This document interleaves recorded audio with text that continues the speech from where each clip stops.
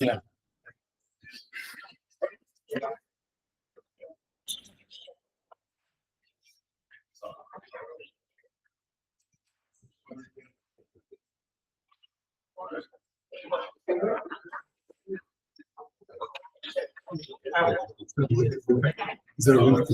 Yeah.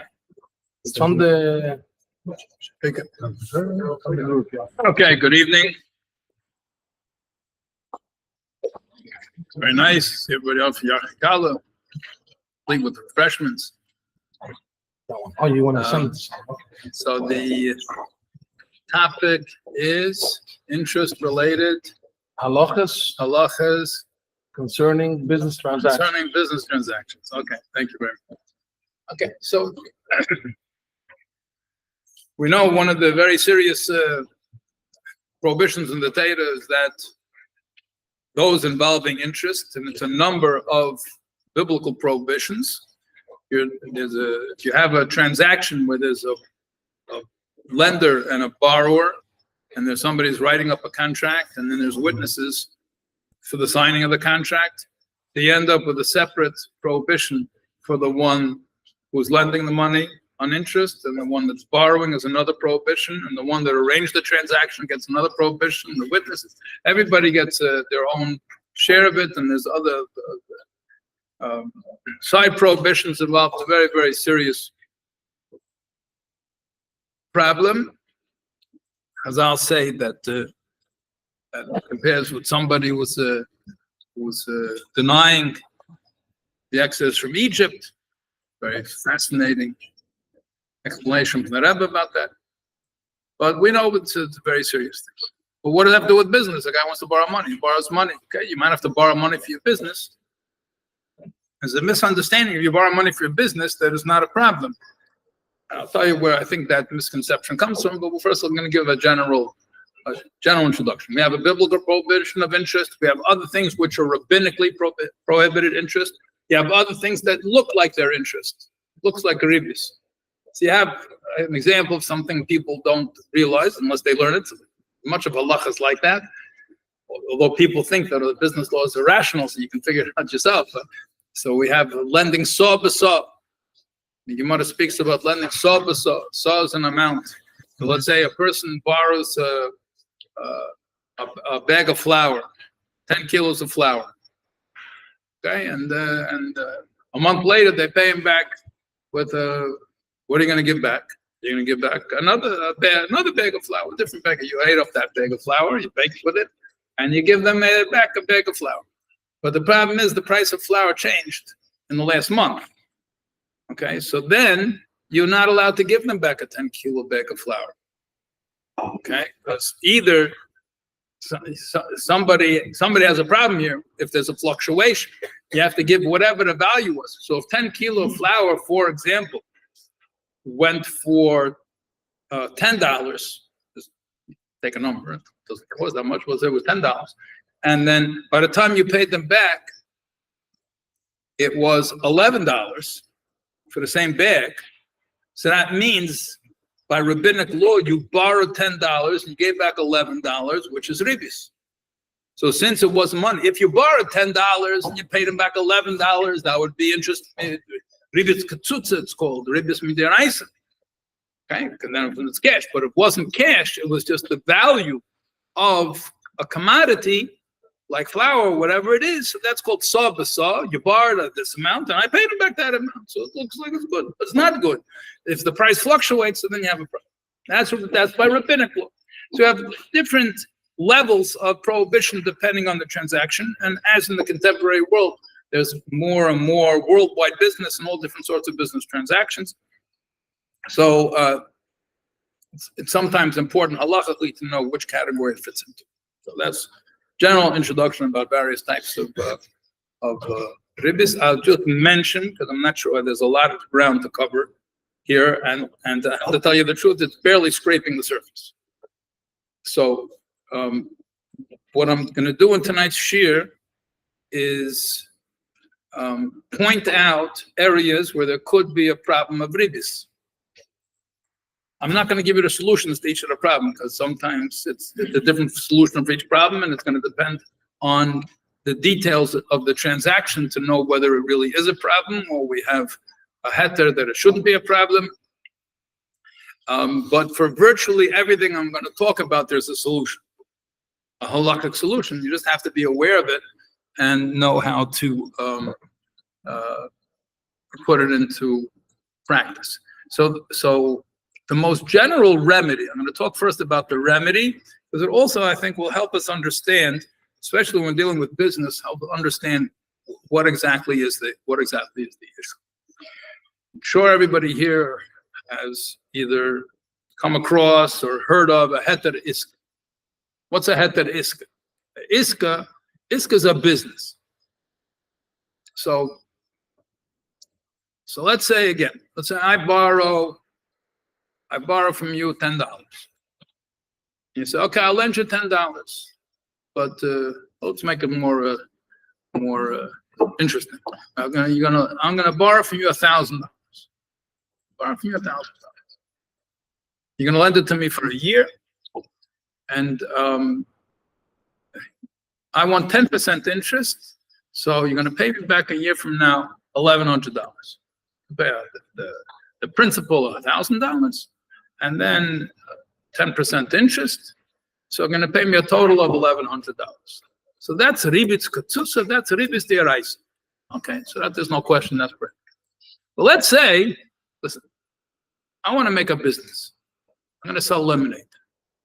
Make a big lemonade business. Corner the market on lemonade. I need $1,000 to get my business off the ground.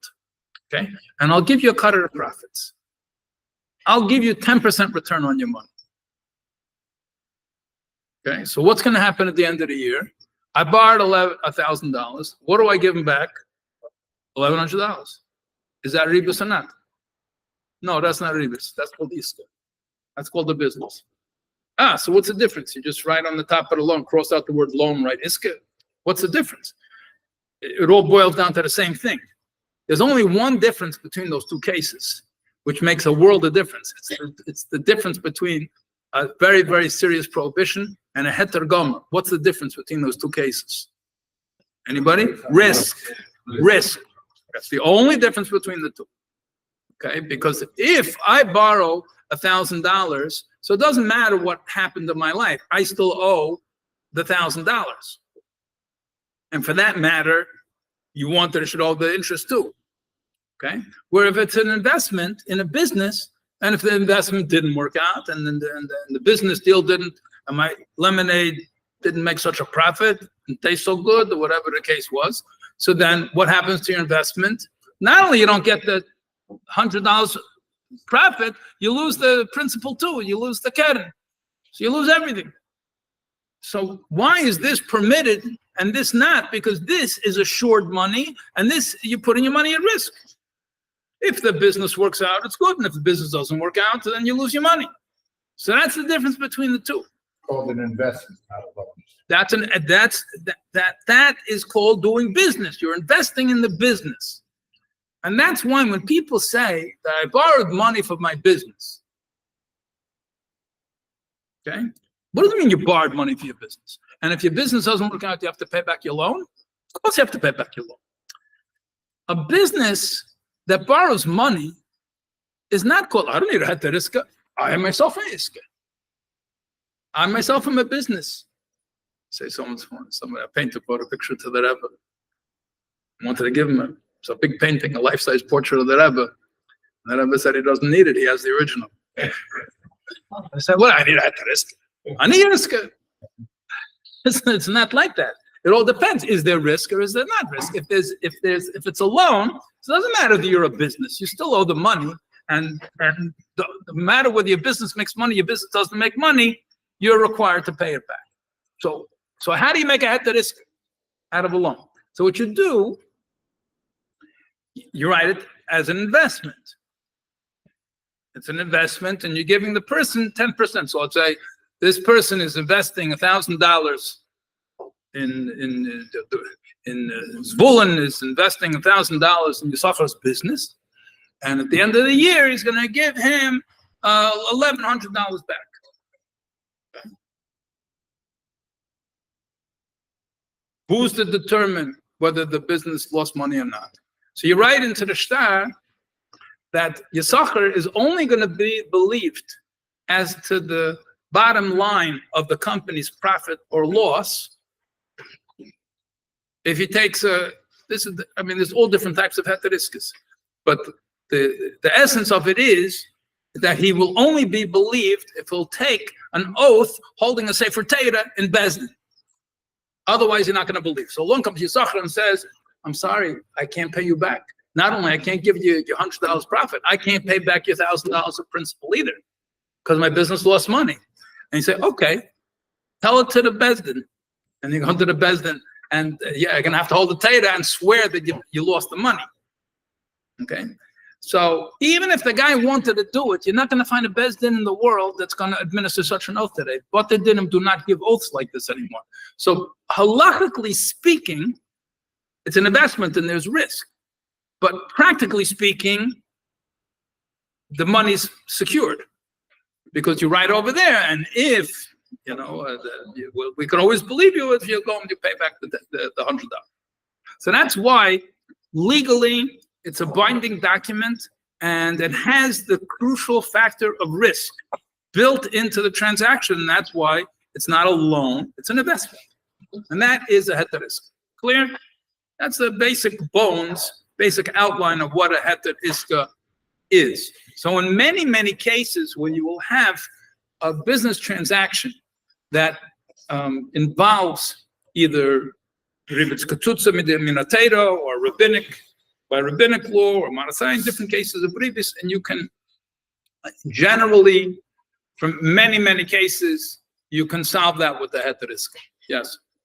A limited liability corporation. I'm going to get to corporation soon. Let me just. There's a big machlekes b'chlal about corporations.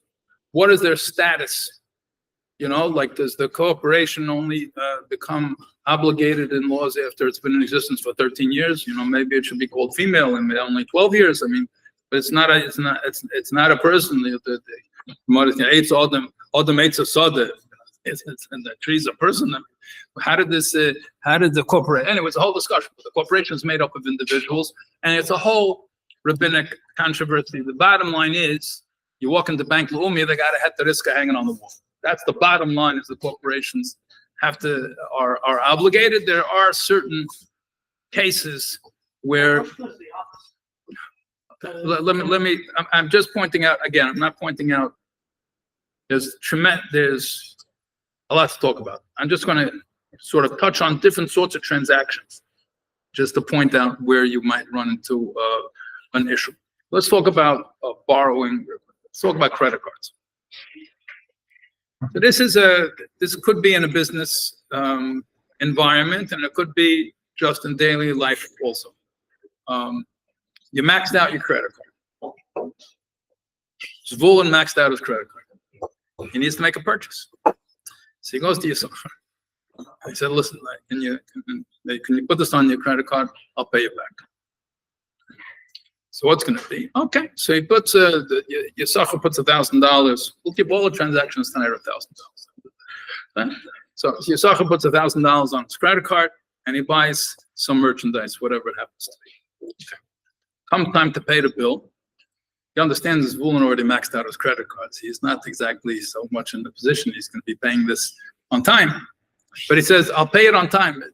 Yisachar says, I don't want to be stuck with the interest on this thing. I don't want to be paying credit card interest on this.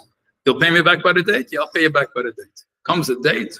Ainly, he doesn't have the money to pay him back. So what happens? So Visa charges Yisachar interest on the money. Now, when Yisachar goes back to the Zvulun for payment, so now he wants to come to him and ask him for $1,000 plus interest, right? He's not taking the interest. The interest is going straight to Visa, right? So he's saying, I'm not charging the interest. Let's say, for argument's sake, it's $100 interest. Okay? So $100 interest, pretty high interest, whatever it is, $100 interest. So Yisachar says, I'm not taking it for myself. Visa asked me for an extra $100 because you didn't pay the bill on time. Is that a problem? Yes. The major problem, According to some opinions, it's mibim d'iraisa, this. And why is that? Even though Yisachar is not taking the interest, but the fact is that Visa has nothing at all to do with Zvulun. They don't know Zvulun. They wouldn't lend Zvulun this $1,000. Ve'arai is maxed out on his credit card. It doesn't matter if it's the same company or a different company. They don't have any obligation or any relationship whatsoever. What happened is that Visa lent Yisachar money. He has a credit limit on his credit card. They will lend him up to that limit. That's how much they will trust him. He took that and he lent it to Zvulun, and now it's with this transactions between the two of them. So the fact that now he owes Visa an extra $100, that's because he trusted Zvulun. He's going to pay him back on time. That's between him and Zvulun. He can't take that $100 from Zvulun. He's got a major problem. Now, you could do this with a heteriska. But if people don't make a heteriska, they're doing that and attacking people, and when it comes in a business context and people are making large transactions, let's say you have a line of credit. So a person needs a large amount of money, so he needs some capital. So somebody takes from a line of credit. So he is paying interest to the bank on his line of credit. He takes money on the line of credit and then gives it to his friend to help him out. Let's say the bank, let's leave Bank Leumi out of it. Let's say it's a non-Jewish bank. So we don't have any problem paying interest to the bank. That's not an issue. But the problem is that the one that has the line of credit took the money, and he's going to have to pay interest back to the bank. He takes that money and gives it to another Jew. Okay, so unless he wants to pay the interest and give him, in addition to the gamach, that he's giving him a free loan, he's going to give more than a free loan. He's going to pay the interest for him too. Okay, he's allowed to pay the interest. He borrowed the money from the bank. He's obligated anyway to pay that interest to the bank. Okay? But he can't collect that from the borrower of that money unless you have a heterisk. Now, there are many limitations, cases where you cannot make, or it's difficult to make in halacha heteriska, but halacha lemaisa, in general, it's not a problem.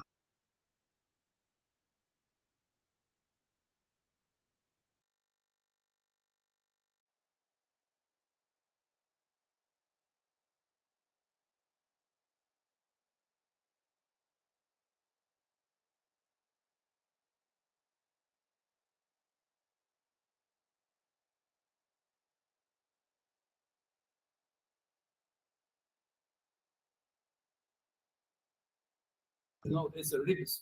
The take from a non-Jew, but from the other Jew, he's not allowed to pay. Okay, questions? Yeah. It was any apply if someone's check bounces. We're going to get to penalties in a second. So you can only do this until day. Ribis would go is mutter. But is that accurate? Whether to make business out of the ribis for goy is the issue. So on a personal loan, there's no such thing.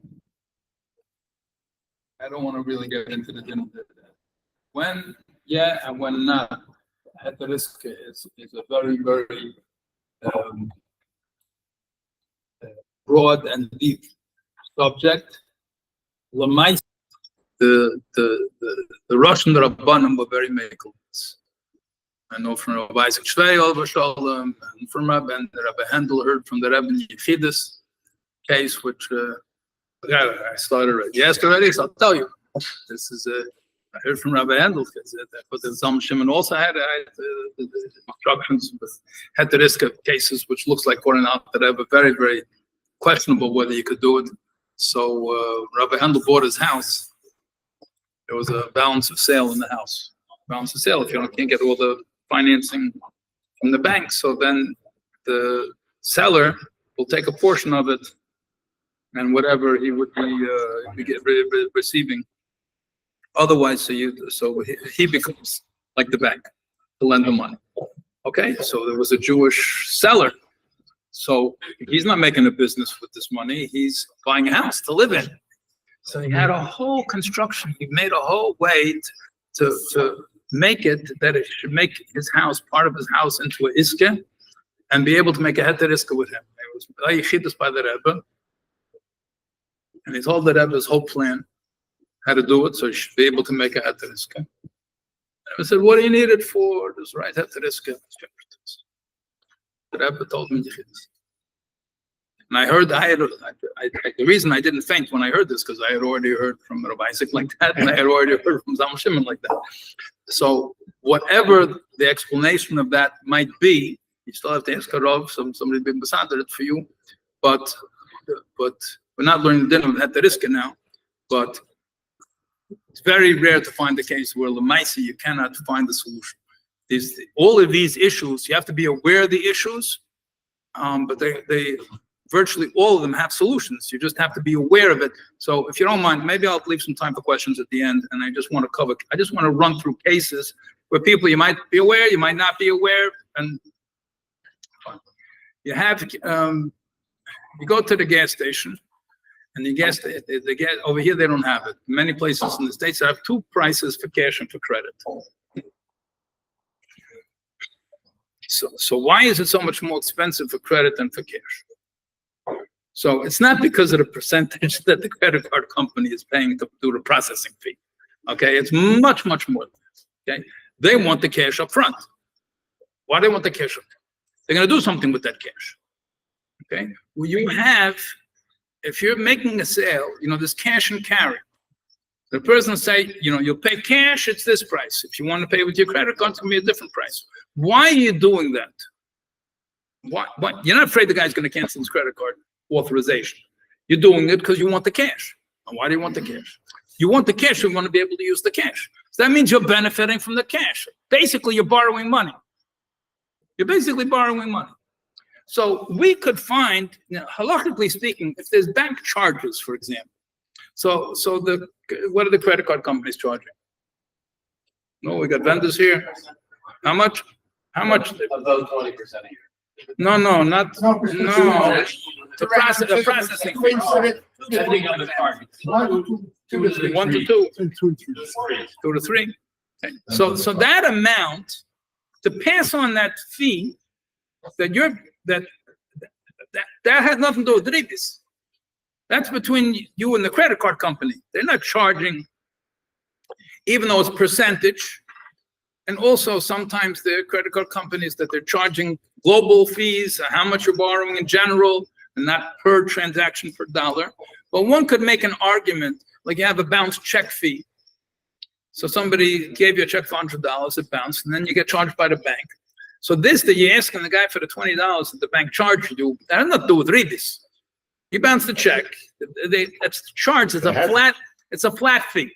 If you have, let's say you give an invoice. You have a business, and you invoice the person. So let's say it's a regular invoice for 30 days. You have to pay within 30 days. What happens if the person doesn't pay after 30 days? So if you make a penalty, that's a percentage. And especially if it's a percentage of the purchase price and it's based on time. So after 1 month, it's going to be like this. And if you're 2 months later, it's going to be like that. And it's percentage based. That is a ribis problem. That's an interest problem. If you give a flat fee, if you are late, you're paying a penalty of X number of dollars. That's a different story. Now, whether you can do that more than once is also very questionable.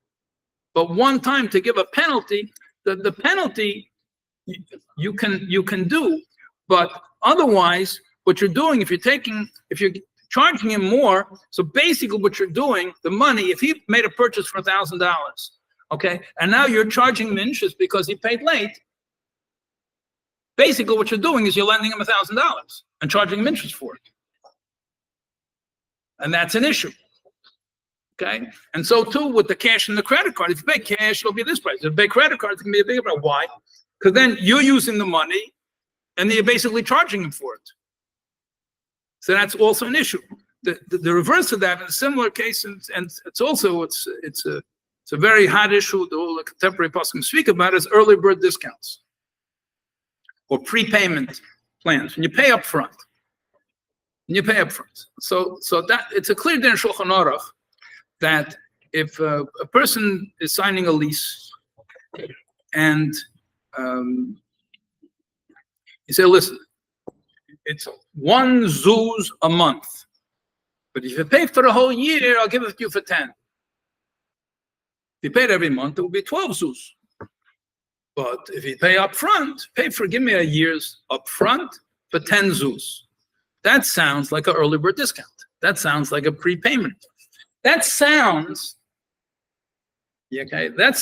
like for the privilege of him giving you 10 zuz, you're paying him 2 zuz. It looks like interest. He's lending you 10 and you're paying him 2. You're giving him $10, 10 zuz worth of living space plus 2 zuz interest. That's what it looks like. The din is it's mutter. Why is it allowed? Because it's a rental of space. It's not money, and it's not even a service. It's not goods and services, okay? It's rental of space, it's mutter. All other cases are problematic. Other cases are problematic. So you have a mikveh fee. A mikveh fee. You pay up front, so is that a ribis problem? So since you're using a certain premises to let you into this place, it's like you're renting your space over there. So it fits under this heter that you're renting.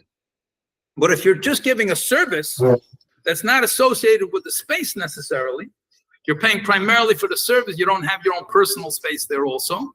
So then you're running into a problem. So you have for camps, for example. So let's say you register for camp. Okay, if you pay up front, this much the price. If you want to pay till camp starts, so then it'll be this price. So that is a very serious issue.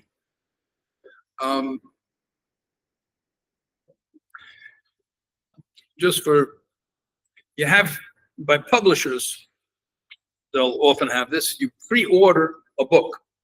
Or let's say the person selling books. So he'll pre-order the amount, and if you pay up front, so we'll give it for this price. If you want to wait till the publication date or after publication date, it'll be this price, because they want the money up front in order to pay for printing costs, whatever the case is. So at the time you're giving them the money, it's a pure loan, because they don't have the book ready yet. If the book would be ready, you could pick it up today, you could pick it up tomorrow. Okay, but the book is not even in existence yet. In a way, it's like the camp. You say, I'll pay up front. Yeah, but I want to send my kid to camp today. I said, excuse me, it's January. The camp's not open. Camp is frozen. There's no camp. So you can't take advantage of that. It's not in existence yet. So that is also an issue. Now, the camps claim that people just sign up, and then they won't show up, and they'll have empty spaces in camp. So there are different ways to deal with that. One way you could deal with that. First of all, one way you could deal with that is a heter risk. Because they do need the money to get the camp going. They need the money up front. They have to pay people to get the grounds ready and so on and so forth. But otherwise they have to borrow money for that. So they borrow money from you. So it does make sense to borrow money from the parents. That doesn't mean you can give them a discount for it. Now, if you would have them hold the place with a down payment, with a security deposit, for example, so it's a different story. You can still secure the space. Then you're not getting the money. Then it says you don't want to do this because you do want to use the money. So what does it mean? It means you do want to borrow the money. Camp needs the money. They need to borrow the money. So what are you talking about? It's not a loan. It is a loan. You're just not calling it. It's not a loan. I'm in this lishma. I'm just running a camp for Yiddish candidate. Yeah, but you have to. It's like the iska thing. Yeah, I'm in business, so I've had the iska. I am myself the iska. I'm not iska. You're okay. You have a business. That doesn't mean every transaction you do is part of your business. So you're doing things. You're a non-profit. For many of the messes, halavai, they should only be non-profit. And then they're not in the red. But that doesn't mean everything you do is that if you're borrowing money, so then you're subject to the same dinim as everybody else. If, for example, you would take head checks,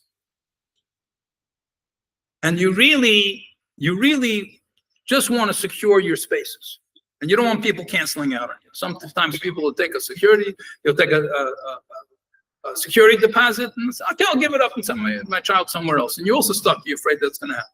If you have head checks, so it's not so easy you can cancel head check too. You could cancel your credit card payment also. You could do a lot of things which are not legal. Okay, but unless you have a valid reason to, if you have people using checks today, but in theory, if you would give them head checks, so then that would be a different story, because then you're not paying until you get the service. So then also, there are solutions to this issue, but the issue is nevertheless a ribis issue that many people are not aware of. A lot of camps won't even let the kid in until they're paid up in full before the kid comes. Yeah, I don't know but if if it's a day or a yeah, week but if or- it's the day at camp, so then the camp's ready. Then they can already have enough from the camp. The camp is in existence. It's already it's capable. It's not as chomer, but that's that's a different story. You have a whole discussion in the Gemara Hazal about prepayment for things which haven't happened. So example, somebody says there's a farmer. It's middle of the winter. He's gonna have a crop and say, I'll buy all of your state, everything you produce for X number of dollars. If he's going to wait until the stuff starts growing, then it's going to cost more. So this guy, I'll give you the money up front, but you give me a good price. Huh? Future. So why is he giving you this discount? Because he can get the money up front. He gets the money up front. So and then he's giving you a discount for that. So that's the same issue here. And the schus of holding on to the cash and be able to use it, okay, you're paying money for that. So that is another form of interest potentially. Over here, if you're talking about a farmer, for example, and one can make the argument that in real estate you might have a similar situation, is that there's an element of risk. Because it could be that this farmer's crop is not going to produce as he expects, and then he's going to end up with a loss. So too, you have a real estate, you're expecting a certain amount of income, and then you have vacancies, and you can't rent it out. So if there's an element of risk, this becomes less of a problem. But again, this is a classic case where you could end up with a rebus problem or avoiding a rebus problem. When you're dealing with brokerage firms, things like this, people that are into stocks, things like this, from what I heard today, it's not a good thing to talk about stock. So you have people that are buying on margin. So I'm not big in the stock market, but the issue that what happens when people buy on margins? They have a brokerage firm. They have an account with the brokerage firm. They give money to the brokerage firm. The brokerage firm buys the stocks and charges them, and it goes back to the firm. But you could buy, let's say you have $1,000 we're using $1,000 as our currency today. You have $1,000 that you put into your account with the brokerage firm and say, okay, so this I want to put the $1,000 and buy such and such stock. So your money, they're just doing the job for you. They charge whatever they charge. Fine. But it could be a situation where you have $1,000 in your account over there at the brokerage firm, and you want to buy $2,000 worth of stock. So they lend you the 2,000. They lend you the second 1,000. So that's the buying on margin. And what that is, instead of borrowing money from the bank, you're borrowing money from the brokerage firm. Okay, but there's no money here anyway. It's all stocks. So it's all like sort of hypothetical money. But nevertheless, it is something of value. And therefore, you would also, in such a case, if it's not non-Jewish brokerage, then you don't have this problem. Is there such a thing as a non-Jewish brokerage? I think that probably China maybe. But if you have, again, when you have corporate, it goes into the discussion we had before of corporations and partnerships and what happens if you have mixed ownerships with Jews and non-Jews. But if you have, certainly if you have a Jewish company or if the controlling interest is Jewish owned, so then you also, and this is a legitimate iska. It just has to be structured like that. It shouldn't be purely on a loan basis. but that it should be on a business basis. Borrowing money. So frequently in a business, you need to borrow money. You need to borrow money for operating expenses, capital expenses, buy a building, and so on and so forth. So there are many. When you have a joint loan, let's say you have two people are going to borrow money. So you don't have, you need a loan. You want to borrow money from the bank. You need $200,000. The bank's only ready to give you $100,000. But you need to make this deal. You need $200,000. So what do? You find yourself a partner. Let's say you find yourself a good friend who has credit in the bank. So listen, we'll borrow the money together. Okay, and I'm responsible for 100. You're responsible for 100. But got this big deal. Here's what I'm going to do, and here's the business. Here's the building. Here's whatever I'm going to do with this $200,000. And it's really good, fantastic, and okay. So he signs. So the two sign a joint loan, two signatures. They're going to have to pay interest to the bank on this loan. This is a ribis problem. Even though the interest is going to the non-Jewish bank, what's the problem?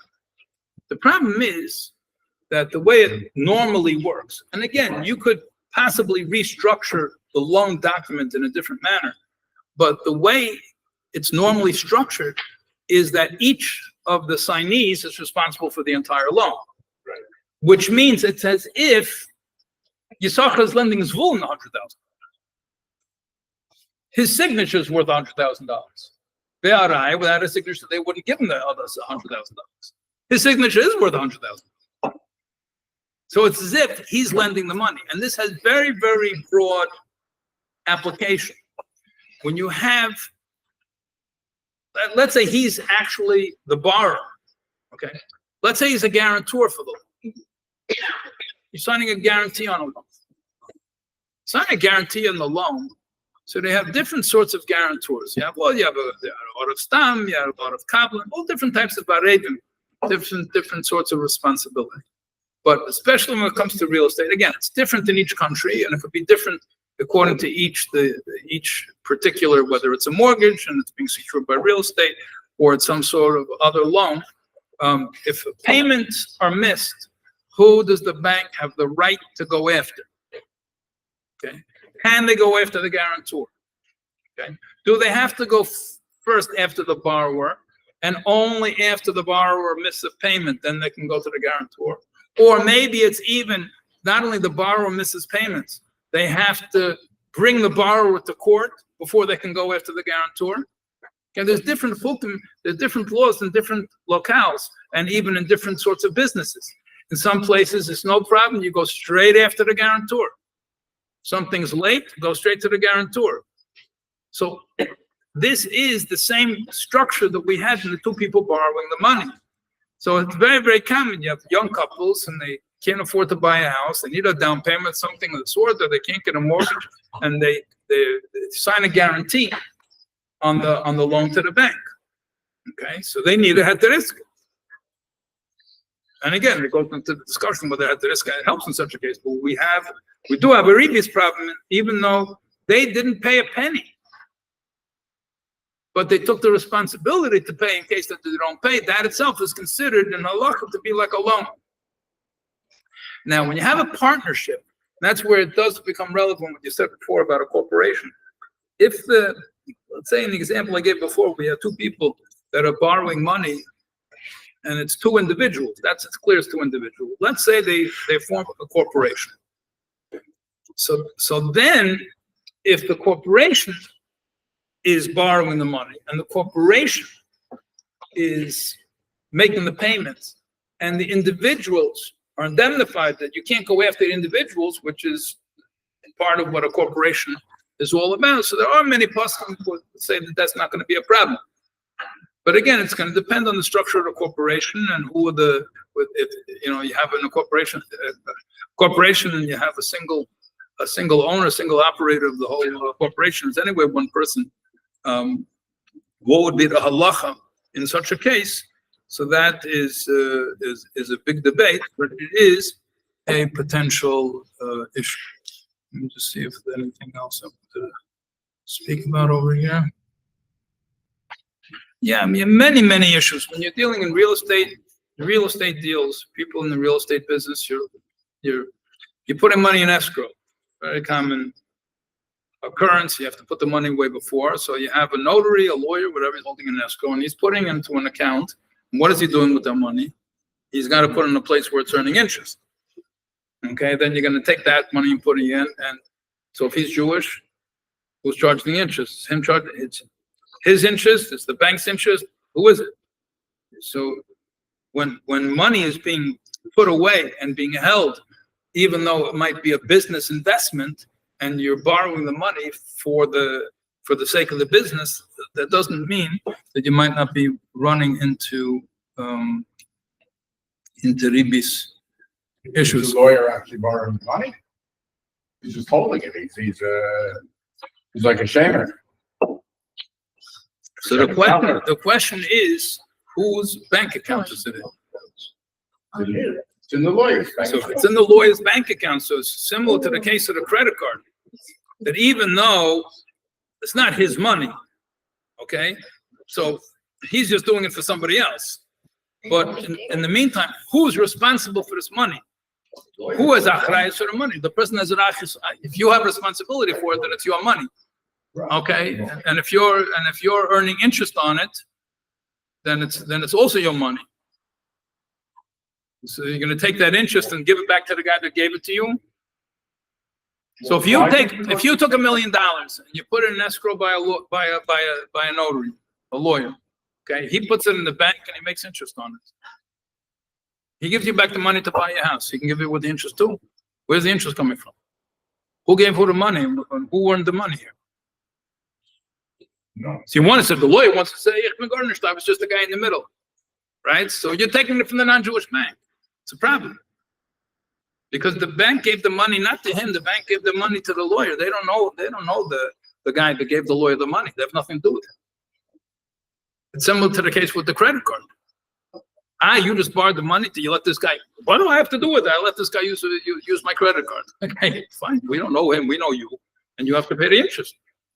By the way, those are special accounts that they have. Anyway, there are ways of structuring it that is not a problem. There are ways of doing this. I'm just saying. Again, I'm not going to any of the solutions to these problems here. I'm saying there are issues that take some sensitization to realize. When you lock into a price, for example, okay, you're afraid the price is going to go up, and you lock in a certain price, and you lock in by giving money. So you're running into the same case of the farmer, where you paid him in advance for his crops that haven't grown yet. Okay, so you're doing it in advance, and the person is willing to lock into that price because he gets the benefit of being able to use your money. Okay, that resembles a loan. Whether that's the icing of the rabbanon is a different story. But that's the issue. Anytime you have money changing hands and somebody is getting benefit from being able to use that money, which happens all the time in business, so this is you're running into a potential interest issue. Foreign currency. So halacha in general looks at currency as a commodity. Therefore, the law of saw b'saw, like we said before about a bag of flour or another bag of flour, as opposed to the value of the bag of flour, in the general rule is that when you're changing currencies, you have to treat it like saw b'saw. So therefore, if somebody, I'll take a simple case. What do they use in South Africa? Rand? Yeah. Rand. So let's say you lend somebody 1,000 Rand. Okay? I don't know how much 1,000 Rand is. $1? Not that bad. Canadian and American, that's very common. I'm leaving US out on purpose. I'll soon tell you why I'm leaving Shkolim out also on purpose. We'll take something that's Okay, let's say it's worth what I say, 1,000. Let's say it's worth $100. Going off to bury their economy so bad. Okay, so it's worth $100. Canadian dollars. A year goes by, the Canadian economy takes off. Halavai, yeah, takes off. So now 1,000 rand is worth $50. The guy gives it back 1,000 rand. So what happened over there? Well, let's say it's the other way around. Let's say it's worth more now, the rand. Okay, so now let's say a rand is worth $200. Okay, so the guy gives you back 1,000 rand. So what happened? You borrowed 1,000 rand, you got back 1,000 rand. Okay, but it's saw. That means you lent him $100 and you got back. Then you lend him $1,000, you got back $2,000. That's a ribbis problem. It's a ribbis derabbanan. It's not ribbis deraisa. But it's like the price of flour went up. It's considered to be a commodity. It's not considered to be cash. So you can't pay back the same amount. You'd have to figure out the value. So if got the figures already, we said, but if 1,000 rand was worth $100, okay.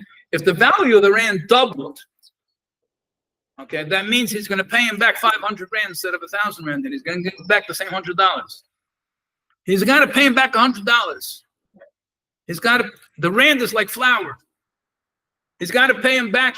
He borrowed $100 worth of rand. So he paid him back $1,000 worth of rand. So you have to know what the trading, what it was there at the time. It only helps the guy if he's going to spend the money in Canada. He's going to go leave it. Stay in South Africa. He can't. The $1,000 rand that he. Where's him to do rand in the first place? No. Whether it helps him or not, we're just trying to avoid. I'm not now giving investment advice or playing the market. The people that they're playing the currency exchange. A lot of people do that. Right. Okay, so but when you're changing, okay, so anyway, I just explained the issue. Now, you have the reason I didn't speak about U.S. and how much longer the U.S. dollar is going to stay like that, we don't know. But let's say here in Canada, can you walk into IGA and give them a $20 bill, a U.S. bill? Yeah. Will they take it? Yes. They'll give you a lousy exchange, maybe. I had a discussion with somebody. A lousy exchange, a good exchange. The people over there, you don't remember, the people used to drive to New York. They drive to New York. The Canadian dollar used to be worth more than the American dollar.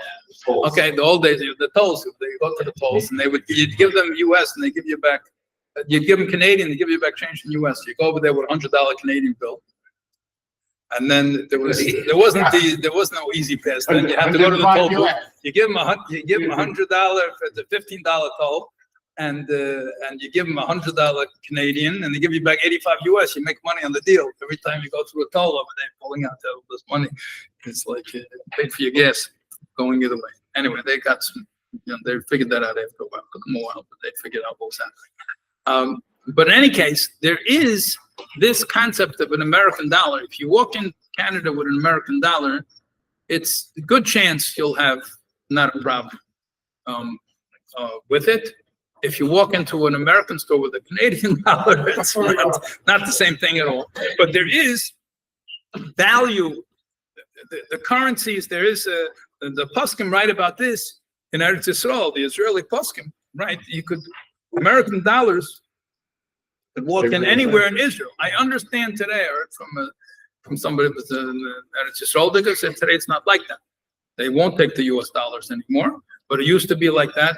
I know I have a shwager in Argentina over there. It was a long period of time. The people wouldn't take pesos; they would only take U.S. dollars. Pesos were totally useless. So they would the whole economy for a while was pegged to the U.S. dollars. Okay, but you cannot walk into an IGA and give them rand. They're going to send you flying. There's certain currencies where it's negotiable, potentially negotiable currencies that it doesn't have the halachic status of a commodity. Another heter for this is when people are holding some of that currency. That's called the halacha yeshlei. Yeshlei, if you have some of that currency. Many cases when we're dealing with these lock-in purchases with merchandise, it's also yeshlei. If you have some of it, even if you don't have the whole, so you ordered 100 tons worth of wheat, so you don't have 100 tons of wheat to deliver. He bought from you 100 tons of wheat. You don't have 100 tons of wheat, but you have a bag of wheat. But you're yeshlei, some of it you have. Halachically speaking, the chachamim were not machmer in such a case. You have when it's a rivs to rabbanan that are allowed in certain cases. So you have this same concept when we're dealing with currency. Also, but this is very, very common, and the nature of which type of currency and which type of transaction can be tricky, but very easy, unfortunately, to be nitshal when it comes to that. There's also union of ribis devarim, and I'll close with this and we'll take some questions, is that even non-tangible payments are considered to be significant in halacha. So,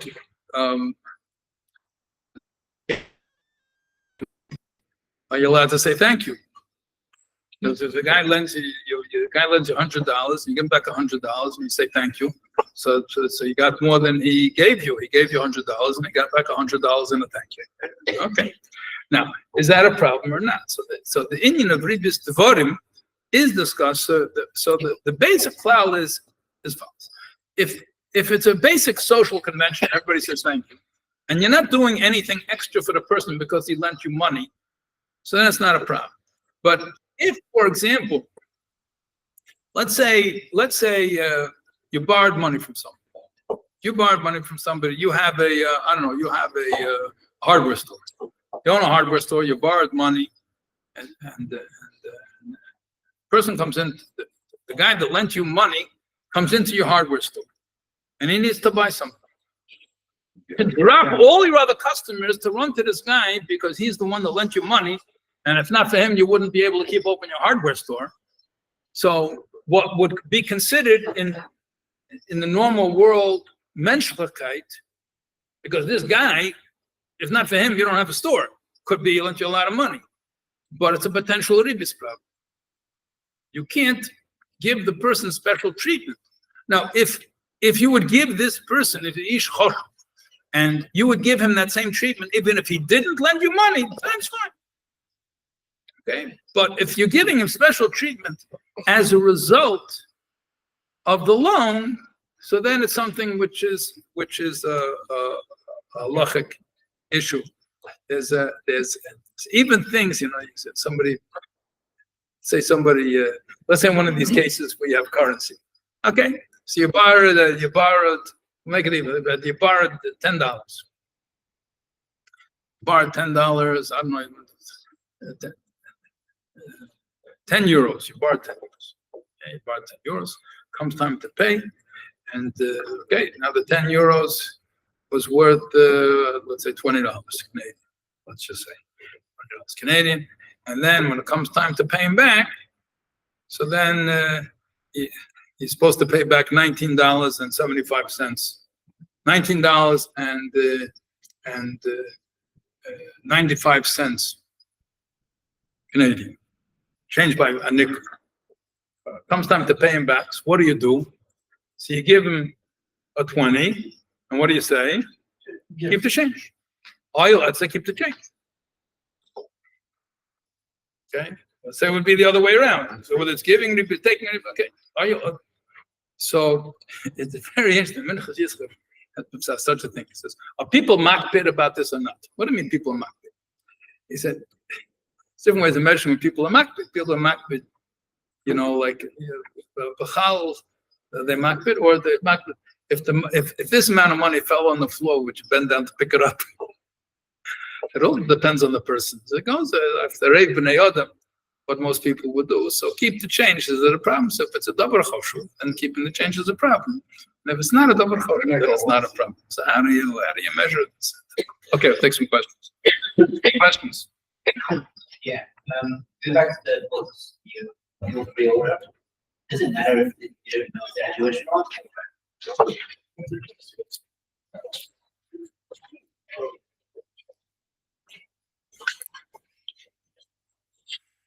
It's an interesting question because if it's a ribis deraisa, it's sveka deraisa l'chumra, and if it's ribis derabanan, it's a sveka derabanan l'kula. It's an individual. It would also depend whether it be an individual or a company.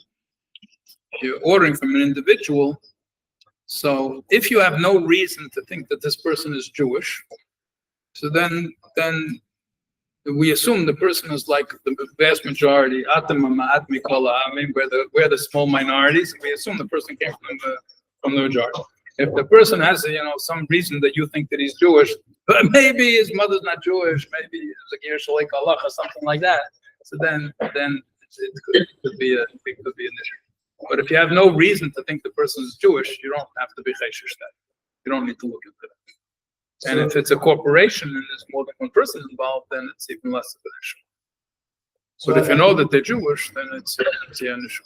And all of the, it's interesting, all of the utilities in Eretz Yisrael, they give penalties. Let's say a person's late with a chashmal, he didn't pay his electric bill, and they want to charge him interest. So they already figured this out. They don't really, some of these people, they don't really care too much about the charedim, but the money from the charedim they do care about. The last thing they want is the guy saying, but really, I'd love to pay you the interest. It's isser if you're Jewish. Suddenly they're Jewish, right? And you're Jewish, I'm sorry, the rights, I'd love to pay you this and that. So you have these freie people over there, all the guys say, we have a head risk, don't worry about it. All of the contracts have a head risk. Yeah. The common thing is about what things it doesn't next from someone until I go shopping. A week later, it's out check. So that's why we say normally people are not makbid. Things that people are not makbid borrowing, we're not worried about. But if it's a large amount, then people are makbid about it. You borrow large eggs and you give back extra large. Yeah, the people are makbid about it, but depends how much people the debtor came up. Yeah. If you borrow, let's say, a kilo and point something, and you instigate you back to the store, kilo never costs. Oh, to pay them back whether You it's get the it same back, amount. to give back, so you get another back, you get more or less. Listen, mishpacha, especially if it's a mishpacha thing, people are not usually makbid on small amounts like that. Huh? You give back extra to be covered is a bigger problem. Paying back more. That should be slow again. What about doing business across borders?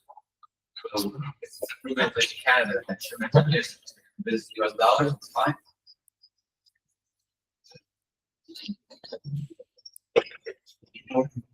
You could draft the document that it should be fine, but you have to draft the proper document.